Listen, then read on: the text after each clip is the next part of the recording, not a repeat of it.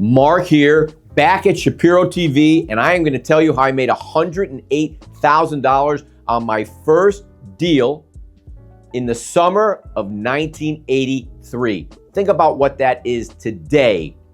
A simple 3-unit building near a college named Trinity College in Hartford, Connecticut. I was in the summertime preparing for the fall football season, training, eating, working, obviously, and doing everything I possibly could to be in the best of shape. Because when you're 5'5", 5'6", I was 5'6", I think you shrink when you get older. I was 187 pounds, and it took a lot of food and a lot of training to do that. My mother gave me a book by Robert G. Allen called Nothing Down.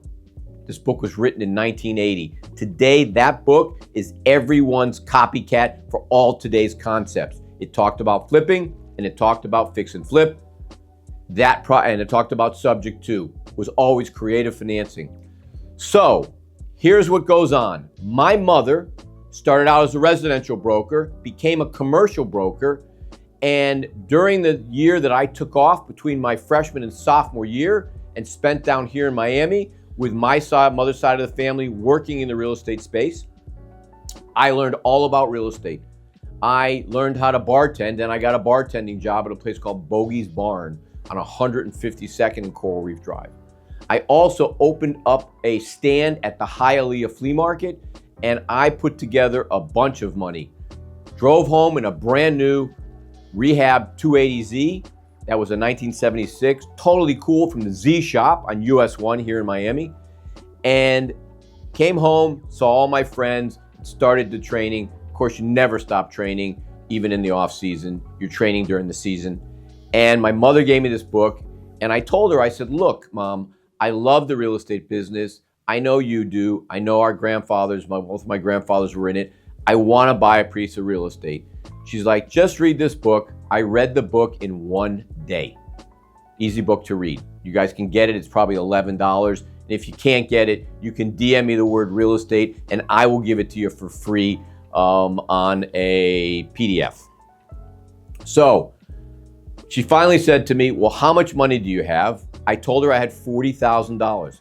I had saved $40,000, or I had made it, on top of what I did for that car. And she told me, I know exactly where to buy. I know exactly what to do. So I didn't even have to do anything, which is why I tell you it's so pivotal to have a really great real estate agent, because they're going to guide you. They're going to help you build your team all around the basis. That agent is your foundation. It's also, let's go below the foundation, it's your footer. So with that said, she sent me to a place next to Trinity College. It was on Crescent Street. I bought the property. From that property, okay, before I was able to buy it, I went to 10 banks. I could not get it financed. Finally, my father became my investor. He helped me get it financed from a bank called United Bank and Trust.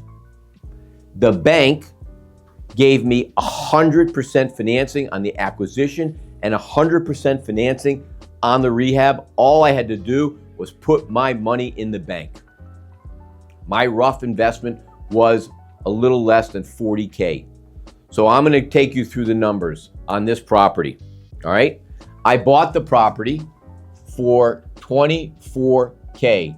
I needed about $15K to rehab it. So it was $39,000 for that deal.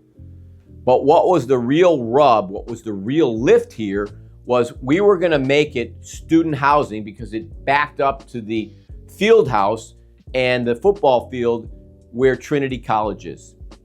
My mother told me, prepare the units like this, so we did it.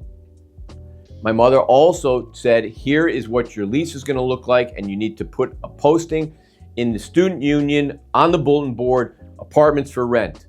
Those rents initially were $250 per unit.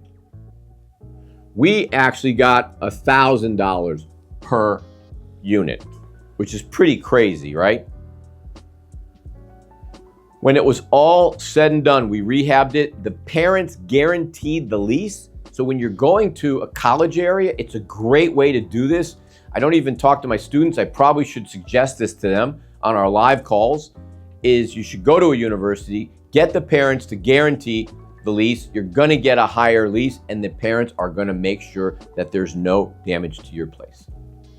So what we were able to do was end up netting ourselves about an NOI on this deal of roughly about $25K. And us wanting to turn it over rapidly, we sold the property for roughly $158,000. And after taxes, minus our expenses, which were about $50,000, we ended up with $108,000, which what did I do? Same street, same market, same concept, 2 6-unit buildings side by side that were distressed. We bought from American National Bank. My mother knew somebody in the real estate owned department, which stands for REO. Those properties became a piggy bank because we did the same thing and we turned that into about $500,000. And I took that money and I bought 2 12s, guess where? Around the corner on a street called School Street. And those properties, we did the same thing. And when I graduated from Central Connecticut State University, I had 58 units. So guys, this is not conceptually hard. This is not the hardest thing to do. The hardest thing to do is for you to move off the sideline and do something. And if you don't do that, you are wasting your life because they are not printing time. They print money, they make gold, but they do not print time. So guys, let's get off your fucking ass. Damn me the word real estate. Let's go!